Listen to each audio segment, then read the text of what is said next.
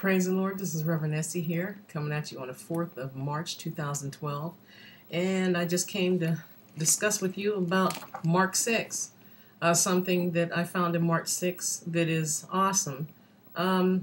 It's about unexpected miracles, things that happen in your life that you didn't know was going on. You know, God not only works in front of us so that we can see it, He also works behind us as well. And then if you look in Mark 6, this is right after the burial of John the Baptist. And I'll start from 29 and read to 46. And it says, "And when the disciples heard of it, they came and took up the corpse and laid it in a tomb. And the apostles gathered themselves together unto Jesus and told him all the things, both what they had done and what they had taught. And he said unto them, Come ye yourselves apart into a desert place and rest a while." See, Jesus will tell us to come into a desert place to rest a while. It's okay that you do, work for the kingdom. He knows it and He loves it. He's watching you and He sees you. He sits on the right-hand side of God, making intercession for all of us. He can see what you're doing. But there's a time where Jesus tells you to rest for a while.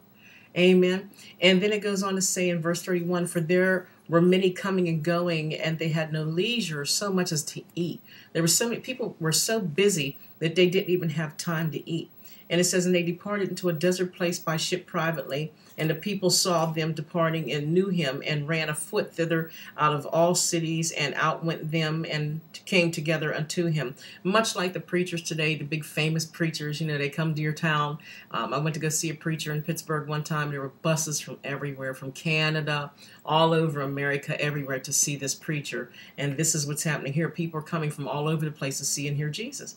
And it says in verse 34, "And Jesus, when he came out, saw much people, and he was moved with compassion towards them." See, he loves them in his heart and his mind. He loves them, the people. He's glad that they came because his job was to give them the word of God to save their souls. Amen.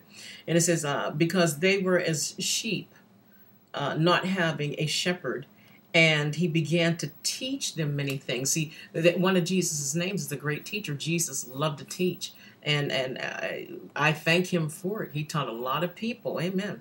"And when the day was now far spent, his disciples came unto him and said, This is a desert place, and now the time is far past. Send them away that they may go to the country round about and into the villages and buy themselves bread, for they have nothing to eat. And he answered and said unto them, Give them something to eat." See, they're telling Jesus, we're in a desert place. It's hot. These people are tired. They're hungry. They hadn't eaten. And the disciples are saying, send them away so that they can get food. And Jesus told him, you give them something to eat. Amen.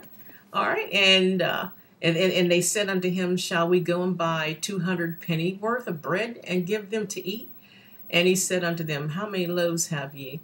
Go and see. And when they knew, they say 5 and 2 fishes.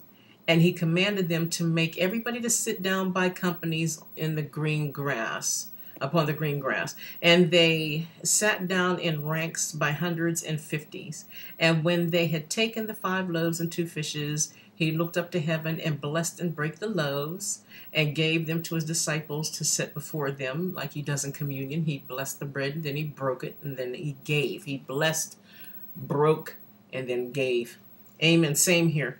And the 2 fishes divided he among them all, and they did eat and were filled. And then verse 43 tells us another miracle. It says, "And they took up 12 baskets full of the fragments and of the fishes. And they that did eat of the loaves were about 5,000 men." On this miracle, Jesus fed over 5,000 people with 5 loaves of bread and 2 fishes. And verse 45 says, "And straightway he constrained his disciples to get into the ship and to go to the other side before unto Bethsaida, while he sent away the people." And then we'll end with verse 46. It says, "And when he had sent them away, he departed into a mountain to pray." Awesome. Now, I know you have heard of the 5 loaves and 2 fishes, probably from the time you went to Sunday school when you were little kids. You learned about how Jesus and the disciples, the Lord blessed the 5 loaves of bread and the 2 fishes, and over 5,000 people ate. That's awesome. And the thing I like about it is in verse 37 and verse 36, they said, well, you know, we have a lot of people here and they need to eat. What are we supposed to do? And Jesus told them, he said, give them something to eat. He made them work it out. You know, he made them think. He made them work it out. You know, instead of saying everybody's hungry, what should we do? Well, Jesus came to feed us. He came to feed us, and he fed them physically, but Jesus also came to feed us spiritually. And Jesus is letting them know that with God, amen, all things are possible. You know, and this is what he's telling you today. So many of us complain and we say, well, we can't do this and we can't do that, or we don't have enough of this and we don't have enough of that. What am I going to do? You know, this is happening in my life and that's happening in my life. And Jesus says, you take care of it. You're asking me? Didn't I give you the power to take care of that thing? Take care of it. If you have the faith, the grain of a mustard seed, you can move mountains. Isn't that what God's word says? Why do we still look for great miracles to happen whenever they can happen by our own hands? Jesus tells us, do it yourself. I gave you the power to do it. So if any of you out there are going through something in your life, with your family, your relationship or whatever, know that God is telling you, you do it. You know, God is telling you to handle your business. Take care of whatever needs to be taken care of. You know, we need to quit crying and we need to quit complaining. And you know, the time that I remember one time, I don't know if I told you a story or not, but I remember one time I was complaining and I was crying, and there's a certain company that owed me some money and I really needed this money. I really wanted it. And it was the 16th of the month. I'll never forget that date, the 16th of the month. I was crying and I was complaining and I said, Lord, my life, it was one of those kind of days. The song says, have a little talk with Jesus. Tell him all about your troubles. He will hear the faintest cry. He will answer by and by. And if you feel a little prayer, will turn it. Hey, I was turning, buddy. I was mad. I was in a topsy-turvy that day over that money. And a couple weeks later, not long, if it was 2 weeks, I got the check that I was looking for. And I happened to notice the date on the check. Guess what the date on the check was? It was the 16th. The day that I was complaining about not having money, not having enough, as we all say. You know, the day that I was complaining, God had somebody sitting down, writing me out a check, cutting me a check. See? So we have to have faith knowing that God is going to take care of the business. See? So this is what we do. This is probably what you do sometimes too. The day and the time that you're complaining, God can have somebody working on your case. They that wait upon the Lord shall renew their strength. Now, here we go. When I was reading Mark 6, verse 29 to 46, did you notice something? Besides the 5 loaves and 2 fishes. Notice in verse 35, these people were in a desert place. There are times, many times in your life, as long as you love the Christ, as long as you love Jesus Christ and serve the Lord, you're going to be in desert places. You're going to have some hard times. The devil's going to see to it.